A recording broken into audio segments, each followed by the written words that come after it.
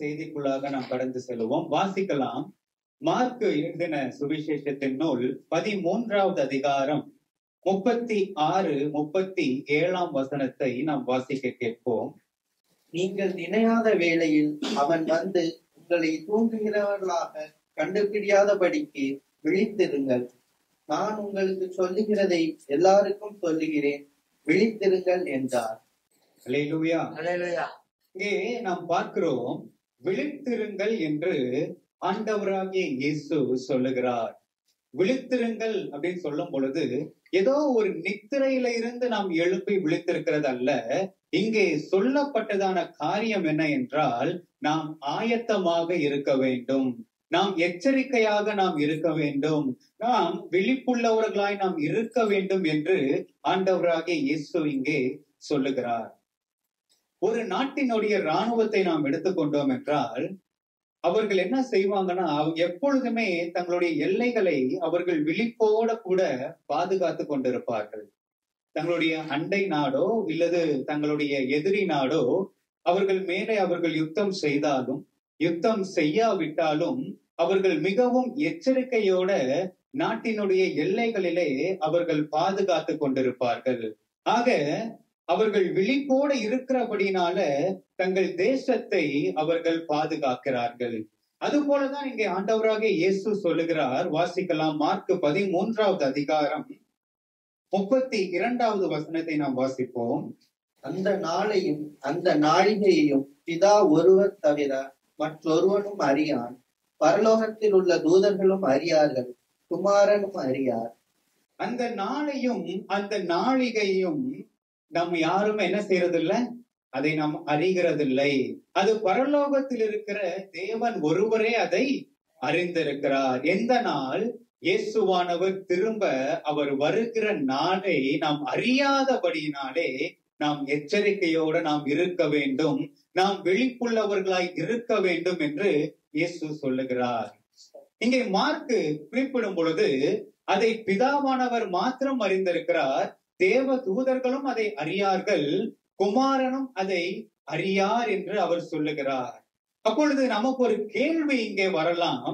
இயேசுவானவர் அவர் ஒரு தெய்வமாச்சே, அவர் சகலத்தையும் அவர் அறிந்திருக்கிறவராச்சே, அப்பொழுது எப்படி அவருக்கு மாத்திரம் அந்த நாள் தெரியாமல் போனது?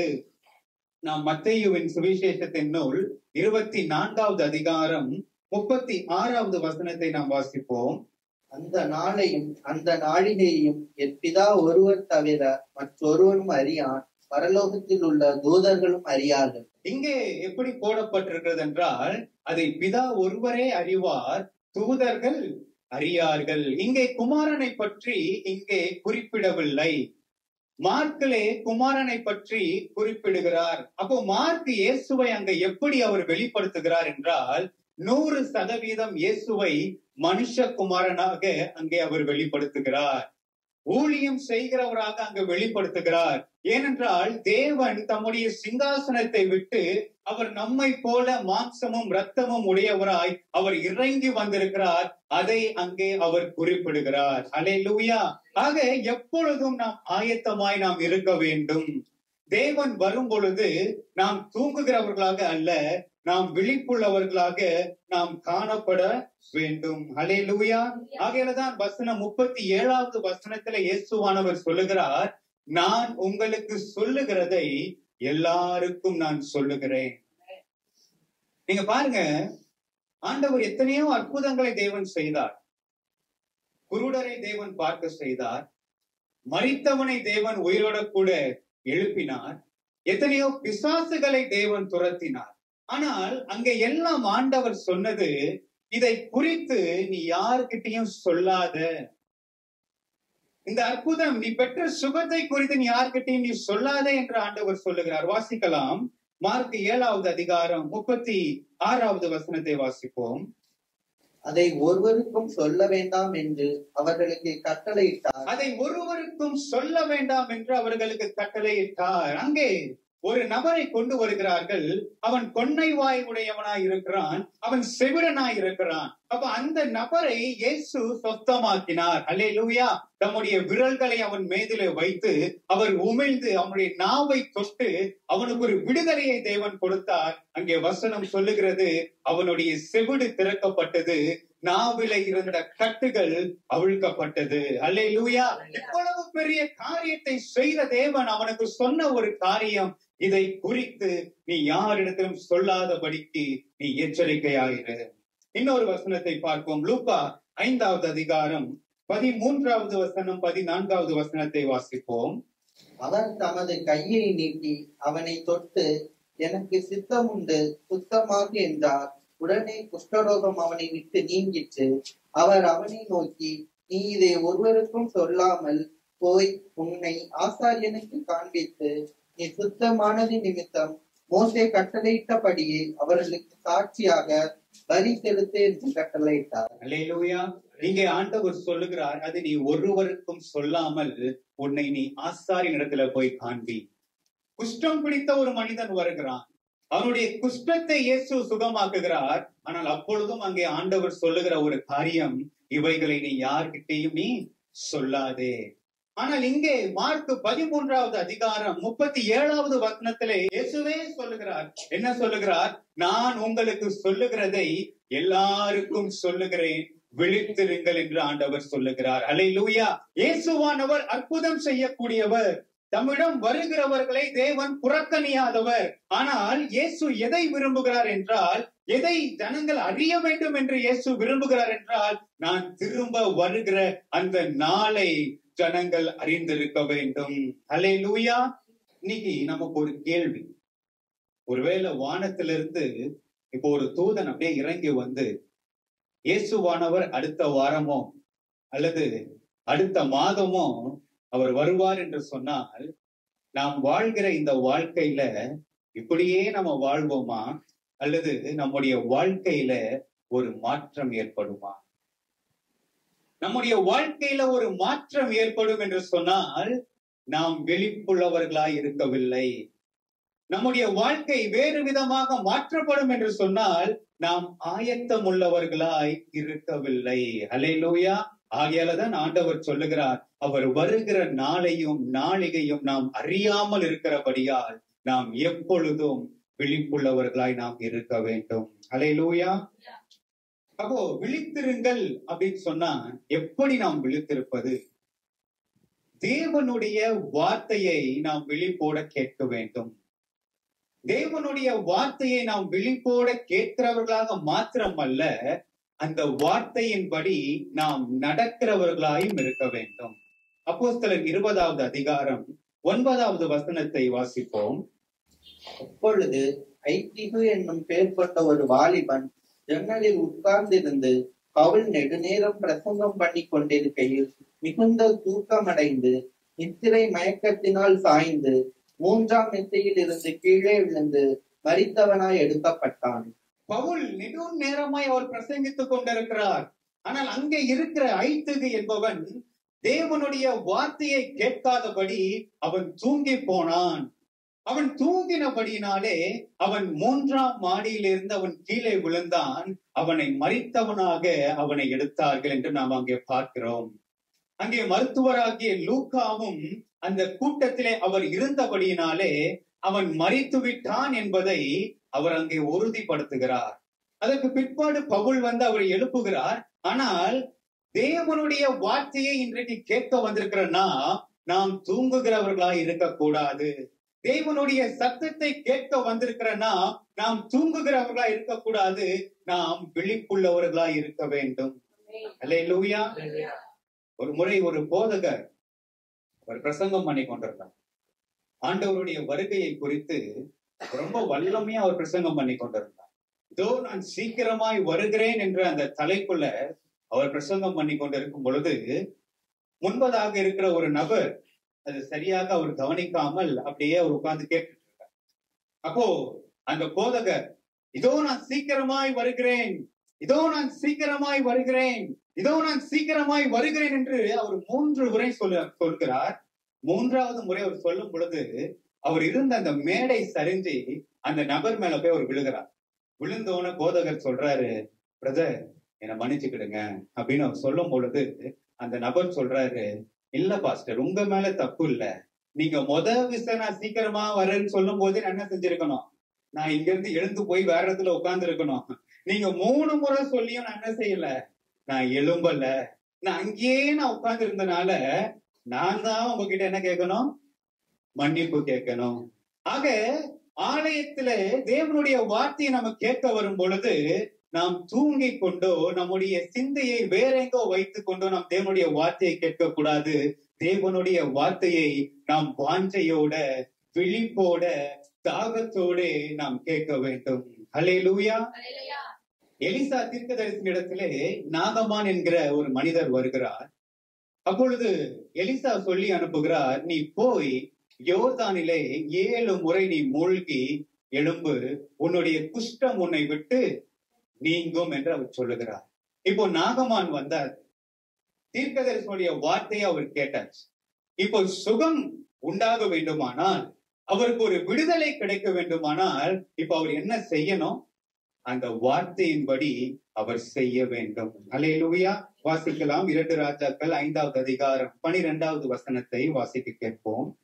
நான் ஸ்நானம் பண்ணி சுத்தமாகிறதற்கு இஸ்ரவேலின் தண்ணீர்கள் எல்லாவற்றை பார்க்கிலும் தமஸ்குவின் நதிகளாகிய ஆப்னாவும் பர்பாரும் நல்லதல்லவோ என்று சொல்லி உக்கிரத்தோடே திரும்பி போனான். நான் ஸ்நானம் பண்ணுகிறதற்கு என் ஊரு தமஸ்குல இருக்கிற நதிகளை எல்லாம் பார்க்கிலும் இந்த இஸ்ரவேலில இருக்கிற தண்ணீர்கள் பெரியதோ கேட்கிறார். உங்க ஊர்ல பெரிய நதி ஓடலாம், உங்க ஊர்ல பெரிய தண்ணீர்கள் இருக்கலாம், வெளியேறப்பட்டது இருக்கலாம், ஆனால் உனக்கு சுகம் வேண்டுமானால் இந்த தண்ணீர்ல இறங்கிதான் ஆக வேண்டும். அல்லேலூயா. உனக்கு ஒரு விடுதலை வேண்டுமானால் இந்த தண்ணீரிலே நீ மூழ்கிதான் ஆக வேண்டும். அப்போ கூட இருந்த ஊழியக்காரர்லாம் சொல்றாங்க, ஸ்நானம் பண்ணும், அப்பொழுது நீர் சுத்தமாவி. அவன் போய் ஸ்நானம் பண்ணுகிறான், அவனுடைய மேனி சிறு பிள்ளையினுடைய மேனியை போல மாறினது என்று நாம் அங்கே பார்க்கிறோம். அல்லேலூயா. இந்த கால வேளையில நாம் விழித்திருக்கிறவர்களா இருக்க வேண்டும். எந்த காரியங்களிலே நாம் விழித்திருக்க வேண்டும் என்று சில காரியங்களை நாம் இன்றைக்கு பார்க்கலாம். முதலாவது, நாம் தெளிந்த புத்தி உள்ளவர்களாய் விழித்திருக்க வேண்டும். முதலாவது, நாம் தெளிந்த புத்தி உள்ளவர்களாய் விழித்திருக்க வேண்டும். வாசிக்கலாம் 1 தெசலோனிக்கேயர் 5வது அதிகாரம் 6வது வசனத்தை வாசிப்போம். ஆகையால் மற்றவர்கள் தூங்குகிறது போல நாம் தூங்காமல் விழித்துக் கொண்டு தெளிந்தவர்களாய் இருக்க கடவோம். நாம் விழித்துக் கொண்டு தெளிந்தவர்களாய் இருக்க கடவோம். அப்படி என்றால் இந்த உலகத்துல இருக்கிற இச்சைகளுக்கு, இந்த உலகத்துல இருக்கிற ஆசைகளை அது நம்ம என்ன செய்யக்கூடாது என்றால் நம்மை அது மயக்கு விடக்கூடாது. அல்லேலூயா. சிலர்லாம் பாத்தீங்கன்னா கடைக்கு போவாங்க, ஏதோ ஒரு பொருளை வாங்க வேண்டும் என்று அவர்கள் கடைக்கு போவாங்க. ஆனா கடைக்கு போனதுக்கு அப்புறம் தான் வாங்க வேண்டிய பொருளை விட்டுட்டு மற்ற எல்லா பொருளும் என்ன செஞ்சிருவாங்க, வாங்கிட்டு வீட்டுக்கு வந்துருவாங்க. வீட்டுக்கு வந்ததுக்கு அப்புறம் தான் தெரியும், ஐயோ முக்கியமான பொருளை நான் என்ன செய்யல, வாங்கல. காரணம், அவங்களுக்குள்ள தெளிந்த புத்தி இல்லை. கடைக்கு போனோடனே கண்ணுல பாக்குறதெல்லாம் என்ன செஞ்சாச்சு, வாங்கியாச்சு. வாங்கி வீட்டுக்கு வந்தோன்னதான் இப்ப ஞாபகம் வருது, வாங்க வேண்டிய பொருளை வாங்கல. தெளிந்த புத்தி இல்லை. இன்னும் சிலரை பார்க்கும் பொழுது அவன் அந்த காரியத்தை வாங்கிட்டான், அதை நானும் என்ன செய்யணும், வாங்கணும். போட்டியினால என்ன செய்யறது, அதை நான் எப்படியாவது நானும் வாங்கியே தீருவேன். போய் இஎம்ஐ போட்டு எல்லாத்தையும் போய் வாங்குறது. வாங்கி 4 மாசம் இஎம்ஐ நல்லா போகும், 4வது மாசத்துக்கு அப்புறம் இஎம்ஐ கட்டும் போது ரொம்ப கஷ்டமா இருக்கும். காரணம் என்னன்னா, விழிப்பில்லை. அந்த பொருள் நமக்கு தேவையா, அந்த காரியம் நமக்கு அத்தியாவசியமா என்று ஒரு விழிப்புணர்வு இல்லாதபடினாலே அநேகர் இன்றைக்கு இப்படிப்பட்ட காரியங்களிலே மாற்றிக்கொண்டு தங்களை உருவ குத்தி கொண்டிருக்கிறார்கள். ஆக இன்றைக்கு தேவனுடைய வார்த்தையை கேட்கிற நாம் எப்படி இருக்க வேண்டும் என்றால் நாம் தெளிந்த புத்தி உள்ளவர்களாய் நாம் இருக்க வேண்டும். அல்லேலூயா. ஆகவேதான் தெசலோனிக்கேயர்ல பவுல் சொல்லுகிறார், 1 தெசலோனிக்கேயர் 5வது அதிகாரம் 21, 22 வசனங்களை வாசிப்போம். எல்லாவற்றையும் சோதித்து பார்த்து நலமானதை பிடித்துக் கொள்ளுங்கள், பொல்லாங்காய் தோன்றுகிற எல்லாவற்றையும் விட்டு விலகுங்கள். எல்லாவற்றையும் சோதித்து பார்த்து நலமானதை நாம் என்ன செய்யணும்? பிடித்து கொள்ள வேண்டும். பார்க்கிறதை எல்லாம் போய் நம்ம வாங்குறது அல்ல, பார்க்கிற காரியங்களை எல்லாம் நான் செய்ய வேண்டும் என்பதாக அல்ல, எது நல்லது என்று நாம் ஆராய்ந்து பார்க்கிறவர்களாய் இருக்க வேண்டும். அல்லேலூயா. நீங்க பாத்தீங்கன்னா பசங்களுக்கு ஸ்கூல்ஸ்ல எக்ஸாம் வைப்பாங்க. எக்ஸாம் வைக்கும் பொழுது சூஸ் தி கரெக்ட் ஆன்சர், சரியான விடையை தேர்ந்தெடுக அப்படின்னு சொல்லி ஒரு செஷன் இருக்கும். அதுல ஒரு கேள்வி, அந்த கேள்விக்கு கீழே 4 விடைகள் கொடுக்கப்பட்டது. அந்த 4 விடைகளுமே நீங்க பாத்தீங்கன்னா அந்த கேள்விக்கு சரியான விடையை போல தோன்றும், ஆனால் அதுல ஒண்ணுதான் சரியான விடையாக இருக்கும். அது போல இந்த உலகத்துல நமக்கு நிறைய தெரிந்தெடுப்புகள் நமக்கு இருக்கிறது. இந்த உலகத்துல நிறைய சாய்ஸஸ் நமக்கு முன்பாக நமக்கு இருக்கிறது. ஆனால் நாம் சரியானதை நாம் எடுத்துக்கொள்ள வேண்டும். அல்லேலூயா. சாலமோனுடைய மகன் ரெகோபயாமை குறித்து நாம் பார்க்கும் பொழுது, அவனுடைய அந்த ஜனங்கள் வந்து அவனிடத்துல வந்து சொல்றார்கள், உன்னுடைய தகப்பன் எங்க மேதலை சுமத்தின பாரமான நுகத்தை நீ லகுவாக்கினால் நாங்கள் உன்னை சேவிப்போம் என்று சொல்லுகிறார்கள். அப்போ இந்த ரெகோபயாம் என்ன சொல்றான்னா, நீங்க போயிட்டு 3 நாளைக்கு அப்புறம் வாங்க, நான் உங்களுக்கு காரியத்தை நான் சொல்லுகிறேன் என்று ஜனங்களை அனுப்பி விடுகிறான். இவன் போய் முதல் விசை யார்கிட்ட போய் ஆலோசனை கேட்கிறான் என்றால், தன்னுடைய தகப்பனாகிய சாலமோனுடைய சன்னிதானத்திலே நின்ற மூப்பர்களிடத்திலே ஆலோசனையை கேட்கிறான். 2வது தன்னுடைய சக நண்பர்களிடத்திலே அவன் ஆலோசனையை கேட்கிறான். இப்பொழுது ரெகோபயாம் இடத்திலே 2 ஆலோசனை அவனுக்கு முன்பாக இருக்கிறது. ரெகோபயாமுக்கு முன்பாக 2 ஆலோசனைகள் இருக்கிறது. ஆனால் அவனுக்கு தெளிந்த புத்தி இல்லாதபடினாலே அவன் தவறான ஆலோசனையை தெரிந்தெடுத்தான். அதனுடைய விளைவு ராஜ்யபாரமே அவனை விட்டு விலகி போனது. அல்லேலூயா. நமக்கு முன்பாக நிறைய ஆலோசனைகள் வைக்கப்படும், நமக்கு முன்பாக அநேக காரியங்கள் வைக்கப்படும். ஆனால் நமக்கு தெளிந்த புத்தி நமக்கு இருந்தால் மாத்திரம்தான் நாம் சரியான காரியங்களை, சரியான ஆலோசனையை நாம் எடுக்கிறவர்களாய் இருப்போம். அல்லேலூயா. வாசிக்கலாம் 1 சாமுவேல் 17வது அதிகாரம் 38 40 வசனங்களை வாசிக்க கேட்போம். சவுல் தாவீதுக்கு தன் வஸ்திரங்களை உடுத்துவித்து வெண்கலமான ஒரு சீராவை அவன் தலையின் மேல் போட்டு ஒரு கவசத்தையும் அவனுக்கு தரிப்பித்தான்.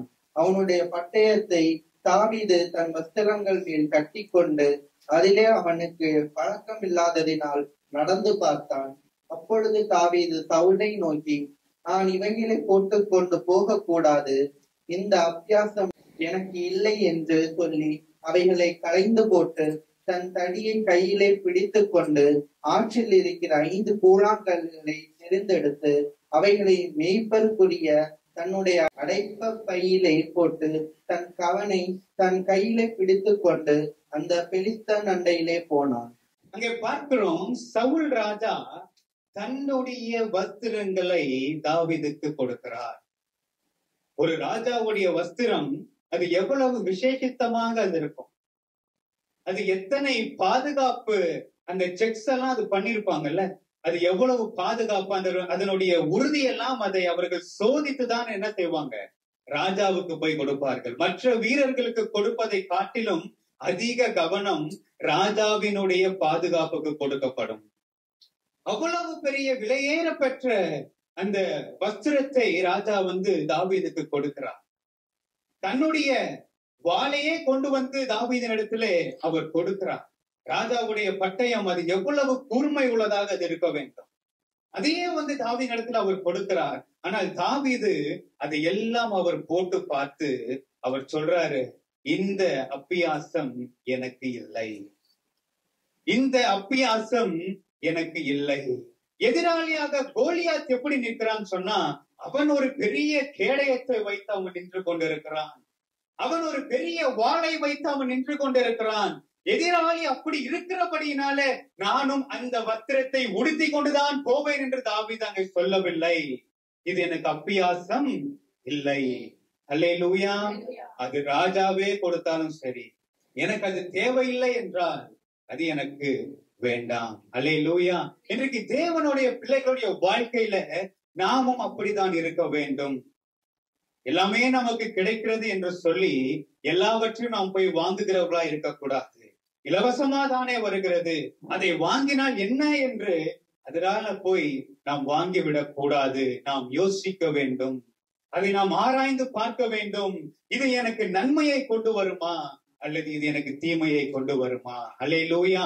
அங்கே நாம் பார்க்கிறோம், அங்கே தாவீது 5 கற்களை அவர் எடுத்துக்கொண்டு போகிறார். அவர் ஒரு கல்லிலே கோலியாத்தை வீழ்த்தி அவனுடைய பட்டயத்தினாலே அவனை கொன்று போடுகிறார். அல்லேலூயா. தேவன் ஒரு பெரிய வெற்றியை தாவீதுக்கு அன்றைக்கு கொடுத்தார். அல்லேலூயா. அப்ப இன்றைக்கு நம்முடைய வாழ்க்கையில நாம் வெற்றி பெற வேண்டுமானால், நம்முடைய வாழ்க்கையில நாம் ஜெயம் பெற வேண்டுமானால், நமக்கு இருக்கிற அப்பியாசம் இல்லாத காரியங்களை நாம் விட்டு விலக வேண்டும். அப்பியாசம் இல்லாத எந்த ஒரு காரியமாக இருக்கலாம், அது நம்முடைய வாழ்க்கையில இருக்குமானால் அந்த காரியங்களை நாம் நம்மை விட்டு களைந்து போட வேண்டும். அல்லேலூயா. அந்த காரியங்களை களைத்து போடுவதற்கு நமக்கு தெளிந்த புத்தி நமக்கு தேவை. வாசிக்கலாம். மத்தேயு 10வது அதிகாரம் 16வது வசனத்தை வாசிப்போம். ஆடுகளை ஓநாய்களுக்குள்ளே அனுப்புகிறது போல இதோ நான் உங்களை அனுப்புகிறேன். ஆண்டவர் சீஷர்களை பார்த்து சொல்லுகிறார், ஆடுகளை ஓநாய்களுக்குள்ளே அனுப்புகிறது போல நான் உங்களை அனுப்புகிறேன். இப்போ இங்க என்ன ஒரு பிரச்சனைன்னு சொன்னா, ஓநாய் ஓநாயாவே தெரிஞ்சதுன்னா பிரச்சனை இல்லை. ஆனா காரியம் அங்க எப்படி இருக்கிறது என்றால், மத்தேயு 7வது அதிகாரம் 15வது வசனத்தை வாசிப்போம். கள்ளத்தீர்க்கதரிசிகளுக்கு எச்சரிக்கையாயிருங்கள். அவர்கள் ஆட்டுத்தோலை போர்த்து கொண்டு உங்களிடத்தில் வருவார்கள்.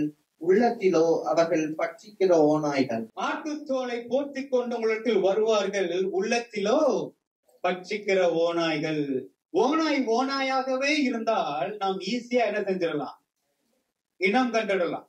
ஆனால் ஓநாய் இப்ப எப்படி வருதுன்னா, அது ஆட்டுத்தோலை போர்த்தி கொண்டு வருகிறது. அது ஆட்டுத்தோலை போர்த்தி கொண்டு வருகிறதுபடினாலே நமக்கு என்ன வேணும்? தெளிந்த புத்தி நமக்கு தேவை. அல்லேலூயா. எப்பவுமே தீமை தீமையாகவே நம்ம முன்னால வராது. அப்படி தீமை தீமையாகவே நம்ம கண்களுக்கு வரும் என்றால் நாம் எளிதாக அதை நாம் என்ன செஞ்சிருவோம்? புறக்கணிச்சிருவோம். ஆனால் தீமை சில நேரங்கள் நன்மையாகவே இருக்கும். நீங்க ஒரு பஸ்ல பிரயாணம் பண்ணி போகிறீங்க, உங்க பக்கத்துல நல்ல ஒரு ஆளு நல்லா டிப் டாப்பா ட்ரெஸ் பண்ணிட்டு உங்க பக்கத்துல வந்து உட்கார்றாரு, நல்லா உங்ககிட்ட பேச்சு கொடுக்கறாரு, நீங்களும் நல்லா பேசுறீங்க, அவர் இறங்கி போகிறாரு. அப்ப நீங்க நினைக்கிறீங்க, என்ன மனுஷன் நல்லா பேசினாருன்னு நீங்க யோசிக்கிறீங்க. ஆனா கொஞ்ச நேரம் கழிச்சு உங்களுடைய பாக்கெட்ல நீங்க பார்க்கும் பொழுது உங்களுடைய பர்ஸ் காணோம். இப்போ வந்த ஆளு திருடனை போலவே வந்திருந்தா நீங்க எப்படி இருந்திருப்பீங்க? எச்சரிக்கையா இருந்திருப்பீங்க. அந்த இடத்தை விட்டே நீங்க என்ன செஞ்சிருப்பீங்க? எழுந்து போயிருப்பீங்க. ஆனா வந்த ஆள் திருடனை போல வரல, வந்த ஆள் நல்லவனை போலவே வந்தான்.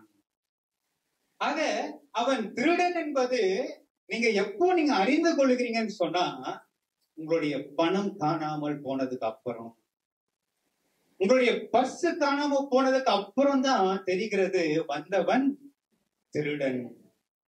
ஆக தெளிந்த புத்தி நமக்கு இல்லை என்று சொன்னால் அது கொண்டு வருகிற இழப்புகள் அதிகமாக இருக்கும். அதனுடைய இழப்புகளை நாம் சந்திக்கும் பொழுதுதான் நமக்கு தெரிய வரும் நாம் எடுத்தது தவறான தீர்வு. ஆகையால தான் நம்முடைய காரியங்கள் நாம் எதை செய்ய வேண்டுமானாலும் அதை நாம் யோசித்து சிந்தித்து நாம் செய்ய வேண்டும். அல்லேலூயா.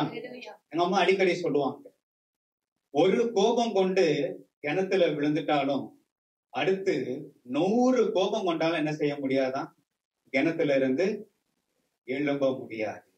ஒரு கோபத்துல விழுந்துட்டான். ஆனா இப்போ புத்தி தெளிஞ்சு அவன் 100 கோபம் பட்டாலும் என்ன செய்ய முடியாது? அந்த கிணற்றுல இருந்து வெளியே வர முடியாது. ஆக நாம் எந்த ஒரு காரியத்தை நாம் எடுத்தாலும் அந்த காரியத்தை நாம் ஆராய்ந்து பார்க்க வேண்டும். அந்த காரியம் நமக்கு நன்மையை கொண்டு வருகிறதா, நமக்கு தீமையை கொண்டு வருகிறதா என்று நாம் அதை ஆராய்ந்து பார்க்க வேண்டும். வாசிக்கலாம். 2 தீமோத்தேயு 1வது அதிகாரம் 7வது வசனத்தை வாசிப்போம்.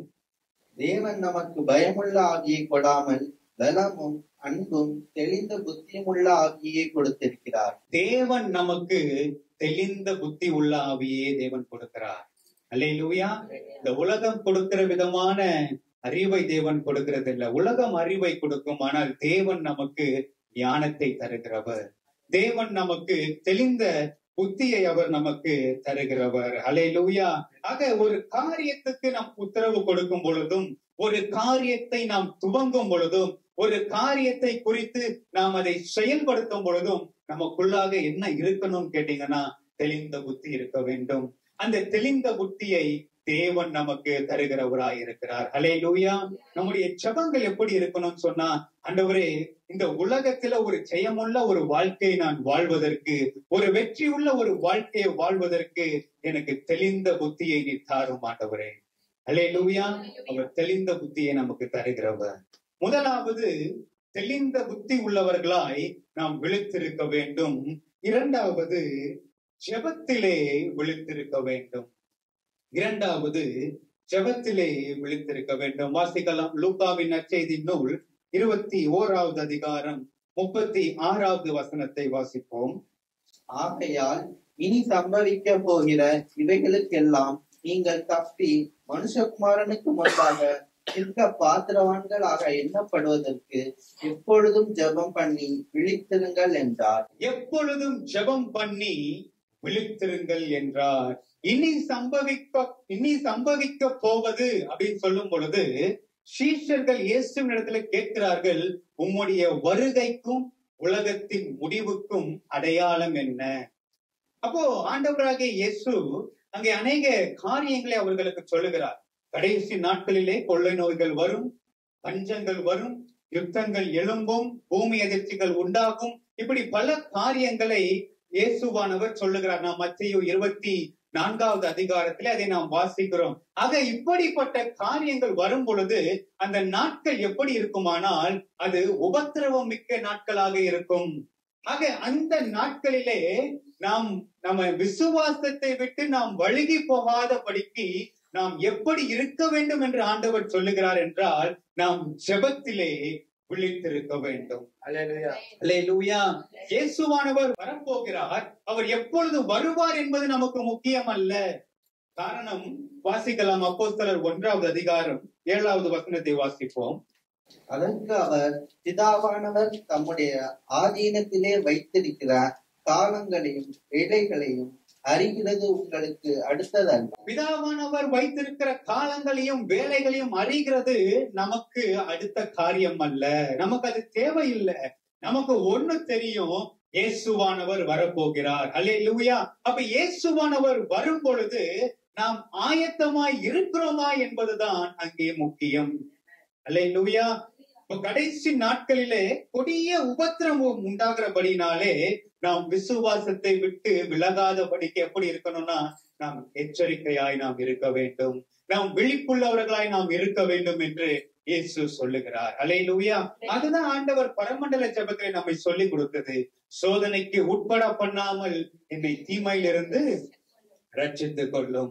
அல்லேலூயா. ஆனா இன்றைக்கு நம்முடைய வாழ்க்கையில சில போராட்டங்களை நாம் சந்திக்கும் பொழுது, நம்முடைய வாழ்க்கையில நம்முடைய ஜெபங்களுக்கு சில தாமதங்கள் வருகிற பொழுது நாம் ஜெபிக்கிறது அல்ல, நாம் சோர்ந்து போய் காணப்படுகிறோம்.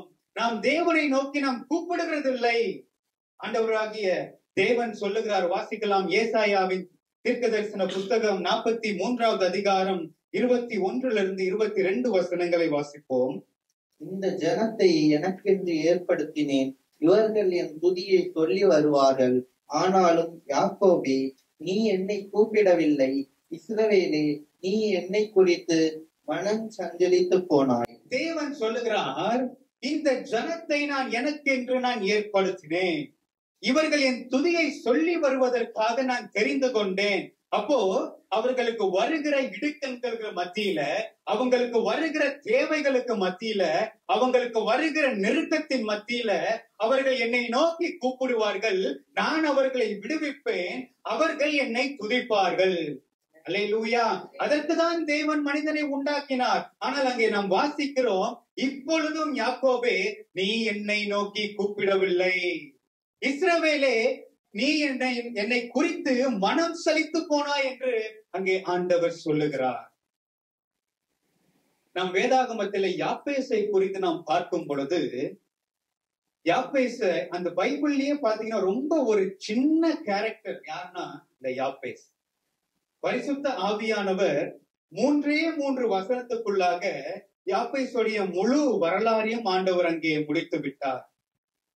யாப்பேசை குறித்து அதற்கு முன்பதாகவும் நாம் எங்கும் பார்க்க முடியாது, அதற்கு பின்பதாகவும் நாம் வேதத்துல எங்கேயும் யாப்பேசை குறித்து பார்க்க முடியாது.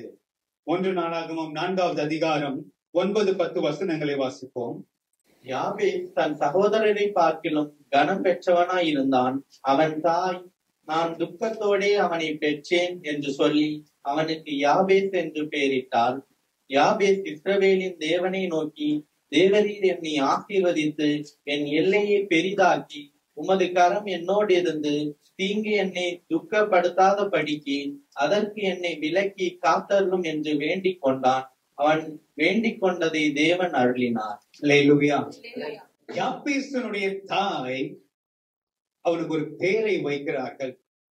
அந்த பெயரினுடைய அர்த்தம் துக்கம்.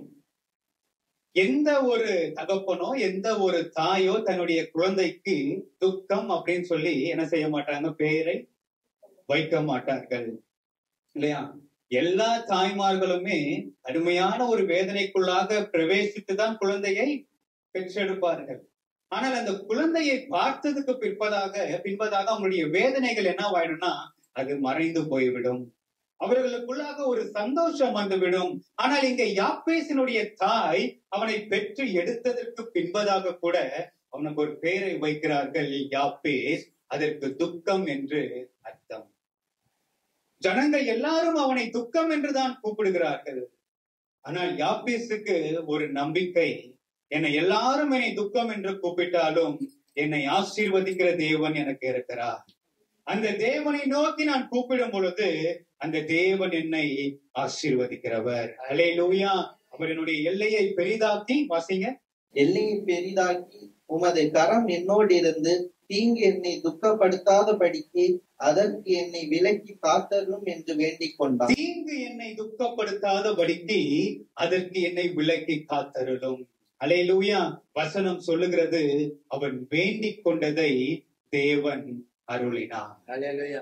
சில நேரங்களிலே நம்முடைய ஜெபங்களுக்கு சில தாமதங்கள் வரலாம்.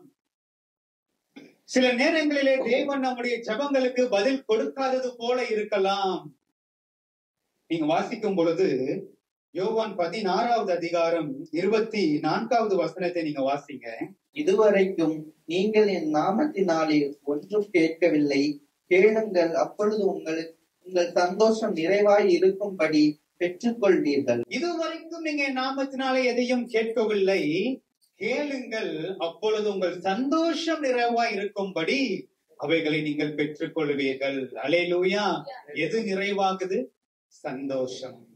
அப்ப நம்முடைய வாழ்க்கையில இன்னைக்கு ஏன் சந்தோஷம் இல்ல, நம்முடைய வாழ்க்கையில ஏன் இன்றைக்கு ஒரு வெறுமை காணப்படுகிறது அப்படின்னு சொன்னா, நாம் தேவனை நோக்கி நாம் கூப்பிடுகிறது இல்ல. யாப்பேஸ் கூப்பிட்டான் தேவனை நோக்கி. என் தாய் என்னை துக்கம் என்று பெயர் வைக்கலாம், என்னை புற ஜனங்கள் என்னை ஒதுக்கி வைக்கலாம், ஆனால் நான் தேவனை நோக்கி கூப்பிடும் பொழுது அவர் என்னை ஆசீர்வதிக்கிறவர் என்பது எனக்கு தெரியும். அல்லேலூயா. ஆனா இன்றைக்கு நம்ம என்ன செய்யறது இல்லைன்னா தேவனை நோக்கி கூப்பிடுகிறது இல்ல. அதனால்தான் தேவன் சொல்லுகிறார், இப்பொழுதும் யாக்கோபே நீ என்னை நோக்கி கூப்பிடுகிறதில்லை. இஸ்ரவேலே நீ என்னை குறித்து மனம் சலித்து போனாய். ஆண்டவராகிய இயேசு லூக்கா 18வது அதிகாரத்திலே ஒரு உவமையை அங்கே ஆண்டவர் சொல்லுகிறார். அங்கே ஒரு நியாயாதிபதி ஒருவன் இருக்கிறான். அந்த நியாயாதிபதியை குறித்து சொல்லும் பொழுது அவன் தேவனுக்கு பயப்படாத ஒரு மனுஷன், அவன் மனுஷர்களை மதிக்காத ஒரு மனுஷன் என்று அவனை குறித்து அங்கு ஆவியானவர் பதிவு செய்திருக்கிறார்.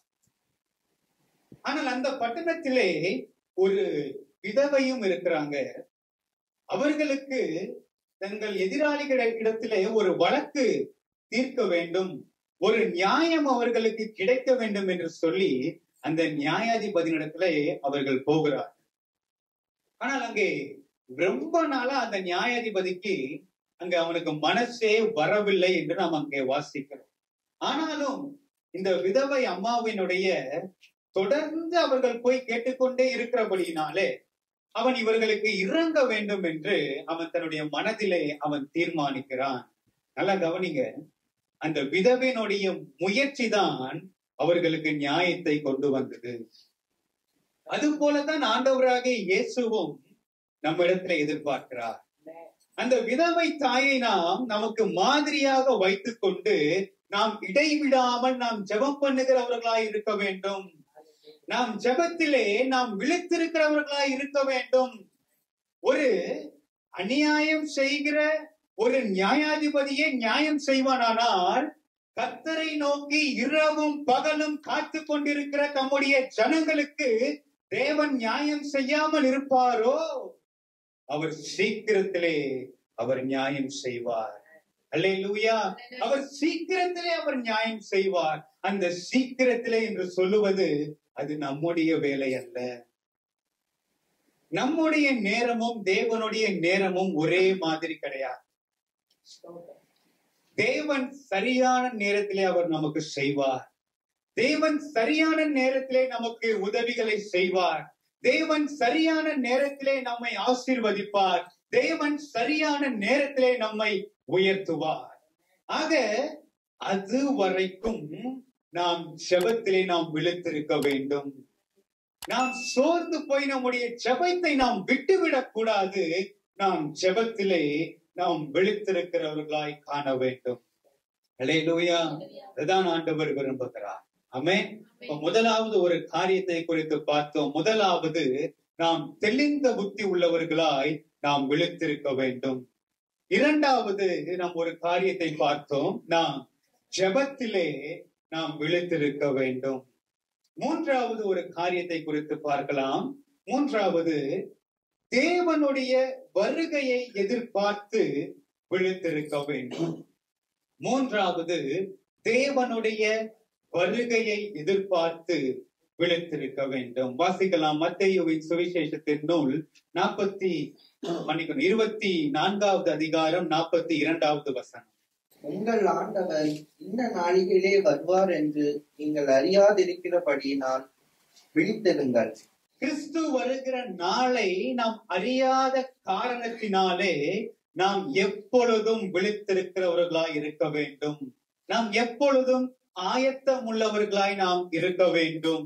நாம் எப்பொழுதும் அவருடைய வருகையை நாம் எதிர்பார்க்கிறவர்களாய் நாம் இருக்க வேண்டும். ஆண்டவராகிய இயேசு பரலோக ராஜ்யத்தை அவர் எதற்கு அவர் ஒப்பிட்டு பேசுகிறார் அப்படின்னு சொன்னா, மணவாளனை எதிர்கொண்டு போகிற 10 கன்னிகைகளுக்கு அவர் ஒப்பிடுகிறார். தங்களுடைய தீவட்டிகளை கரத்திலே வைத்து மணவாளனை சந்திக்கும்படி எதிர்கொண்டு போகிற 10 கன்னிகைகளுக்கு தேவன் பரலோக ராஜ்யத்தை ஒப்பிடுகிறார். அங்கே பார்க்கும் பொழுது 5 கன்னிகள் ஆயத்தமாக அவர்கள் தங்களுடைய கரைகளே என்ன கொண்டு போறாங்க, எண்ணெயை அவர்கள் கொண்டு போகிறார்கள். ஆனால் இன்னொரு 5 பேர் இருக்கிறார்கள், அவர்கள் ஆயத்தம் இல்லாமல் தங்களுடைய கரங்களிலே எண்ணெயை எடுத்துக்கொள்ளாமல் போனார்கள் என்று நாம் அங்கே பார்க்கிறோம். இந்த எண்ணெய் எதற்கு அடையாளமாக இருக்கிறது அப்படி என்றால், இந்த எண்ணெய் பரிசுத்த ஆவியானவருக்கு அடையாளமாக இருக்கிறது. பரிசுத்த ஆவியானவர் தான் நம்முடைய விளக்கை ஏற்றுகிறவர். நாம் நம்முடைய சுய பலத்திலே நாம் ஓடுவோம் என்றால், நம்முடைய சுய பலத்திலேயே நாம் எரிவோம் என்று முயற்சித்தால் அது என்ன செய்ய முடியாது, ரொம்ப நேரம் எரிய முடியாது. ஆனால் பரிசுத்த ஆவியானவர் நமக்குள்ளாக வருவார் என்று சொன்னால் அவர் மங்கி எரிகிற திரியை அணையாமல் காக்கிற தேவனாய் இருக்கிறார். அல்லேலூயா. ஆக அந்த பரிசுத்த ஆவியானவர் நமக்குள்ளாக இருக்கும் பொழுது நாம் அணைந்து போவதில்லை, நாம் எரிகிறவர்களாக நாம் இருப்போம். அல்லேலூயா. அங்கே பார்க்கிறோம், மணவாளன் வந்தார், ஆயத்தமாய் இருந்த 5 கன்னிகளை மாத்திரம் அவர் தன்னோட கூட அழைத்து கொண்டு போனார், கதவும் அடைக்கப்பட்டது. மீதம் இருந்த 5 பேர் அவர்களும் மணவாளனுடைய வருகையை எதிர்பார்த்தார்கள். ஆனால் அவர்களுக்குள்ளாக என்ன இல்லைன்னா பரிசுத்த ஆவி இல்லை. அவர்கள் தேவனை சரியாக புரிந்து கொள்ளவில்லை, அவர்கள் தேவனை சரியாக அறிந்து கொள்ளவில்லை. ஆனால் அவர்களும் எங்கதான் இருக்கிறார்கள், அவர்களும் வருகையை எதிர்பார்த்து கொண்டுதான் இருக்கிறார்கள். இன்றைக்கு நாம் நம்மை ஆராய்ந்து பார்க்க வேண்டும். என்னுடைய சுயபலத்திலே நான் எரிந்து கொண்டிருக்கிறேனா, அல்லது பரிசுத்த ஆவியானவராலே நான் எரிந்து கொண்டிருக்கிறேனா? பரிசுத்த ஆவியானவராலே நாம் எரிந்து கொண்டிருக்கிறோம் என்று சொன்னால் நாம் ஆயத்தம் உள்ளவர்களாய் இருக்கிறோம். மணவாளன் சீக்கிரமாய் வரப்போகிறார். மணவாட்டியாகிய சபையை அவர் எடுத்துக்கொண்டு போக போகிறார். அல்லேலூயா. ஆகவே நாம் விழிப்போடு கூட இருப்போம், நாம் ஆயத்தமாக இருப்போம், அவருடைய வருகையை எதிர்பார்த்து கொண்டு இருப்போம். அவர் சீக்கிரமாய் வரப்போகிறார். அவர் வந்து நம்மளை அழைத்து செல்லுவார். அல்லேலூயா. கர்த்தர் தாமே நம்மை ஆசீர்வதிப்பாராக.